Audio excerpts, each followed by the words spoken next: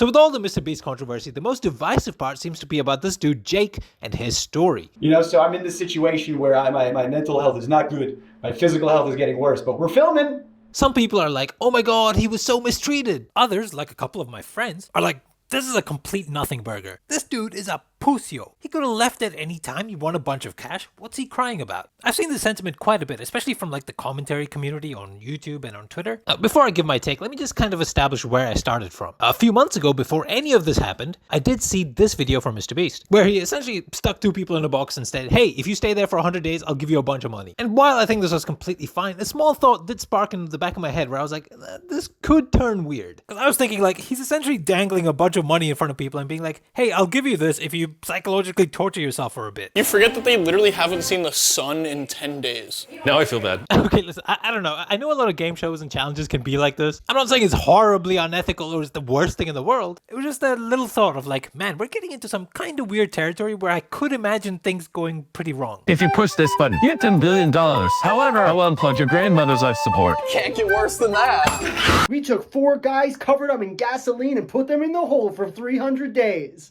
First guy to light the match and self-immolate fucking gets the fuck out of here. Anyway, this Jake guy alleges that his conditions were not good. He said there were all sorts of weird smells and he didn't have hot water or something. And for a lot of it, I too was like, is any of this really a big deal? Like, are you gonna complain that you don't have a bidet, bro? But sleep deprivation, that's the thing that sounded the worst. Apparently the lights were constantly on, he had no sense of time, and he was told to run a marathon on a treadmill at like 12 a.m.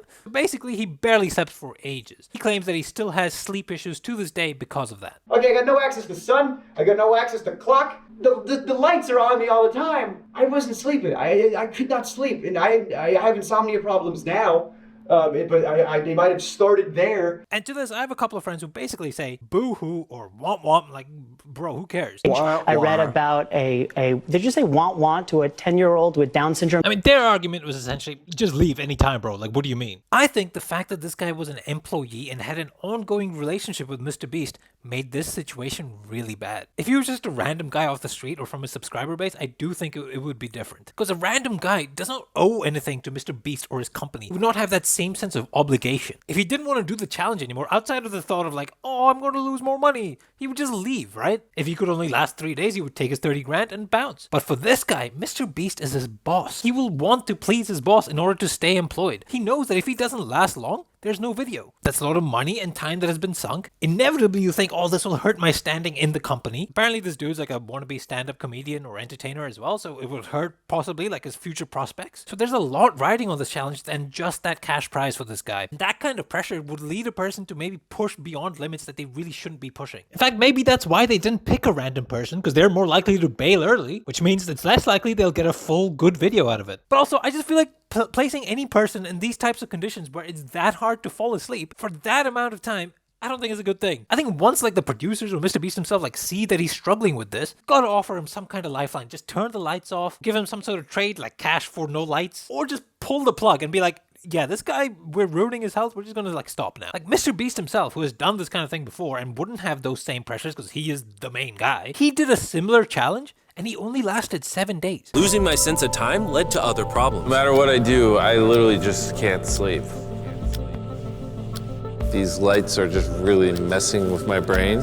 And if the video is to be believed, he was hardcore struggling at the end. If I had known how hard this would be, I never would have done this. There is just no world where there's more than 24 hours left. I can't do another 24 hours in here. I'm at my limit. Now keep in mind, this dude has done all sorts of crazy challenges and it genuinely does seem like this was one of the hardest ones he's done. Now maybe Jake's was easier, maybe he had better conditions, but also maybe his was worse. The only thing we do know was that his lasted more days. So I don't think that should be like poo-pooed too much. Some of you may say, well, there are other game shows just like this. And my thought is basically like, if a game show has a pretty reasonable risk of affecting your health long term, it probably shouldn't be a thing. And most of them I've come across just have contestants being in like kind of gross or uncomfortable situations, like they have to eat a cockroach or whatever. I think building conditions to make it that hard for any human being to sleep, I think that's like a couple levels worse. Okay, now how much criticism should Jimmy get for this? Basically, if things happened exactly as this dude described, I think that is bad enough for some harsh criticism. But I have two friends who completely disagree with this. One of them basically said, wow, sleep deprivation,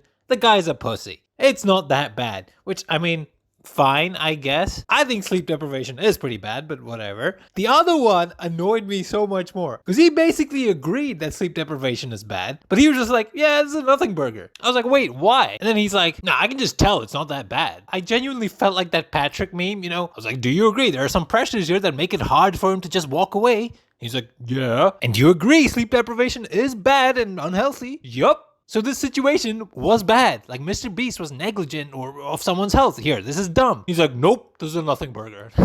Like, okay. Now, apparently Mr. Beast offered to pay this Jake dude the rest of the 300K. And I'd love to make things right with you. I have zero expectation of you mentioning me sending you this money publicly or taking down any videos. This is just me wanting to help you out and make sure you're good. I just need to know if you still have the same bank or not. We'll send you the money on Monday. Wish you the best. Which he refused for some reason. But I couldn't take it. I couldn't take 100, and I just couldn't take it because it's still a mechanism of the game. It's still like the rest of the prize money, and that's not what it was about. Yeah, I don't get this. Apparently he accepted 50,000 but not 300K just to pay off his debt. I don't know why not just take the whole thing. He thinks that makes him seem compromised or something. Bro, just take the money, you idiot. But to me, Mr. Beast seems sincere here, and I can totally imagine that he had no idea while doing it that this is bad. Maybe the other dude just wasn't forthright enough and he just didn't consider how it might be affecting him. Basically, I don't think Mr. Beast is evil or that he's Harvey Weinstein or anything. At least not yet. Let's see what other allegations come out. But at the same time, I do think this criticism of how Jake was treated seems valid. I don't like hearing people like downplay how bad this kind of situation could be or might have been for this guy, even if he cries a lot and he waffles and yaps and seems cringe or whatever. Listen, sleep's important to me. I think sleep deprivation is no joke, okay? Alright, that's about it. See ya.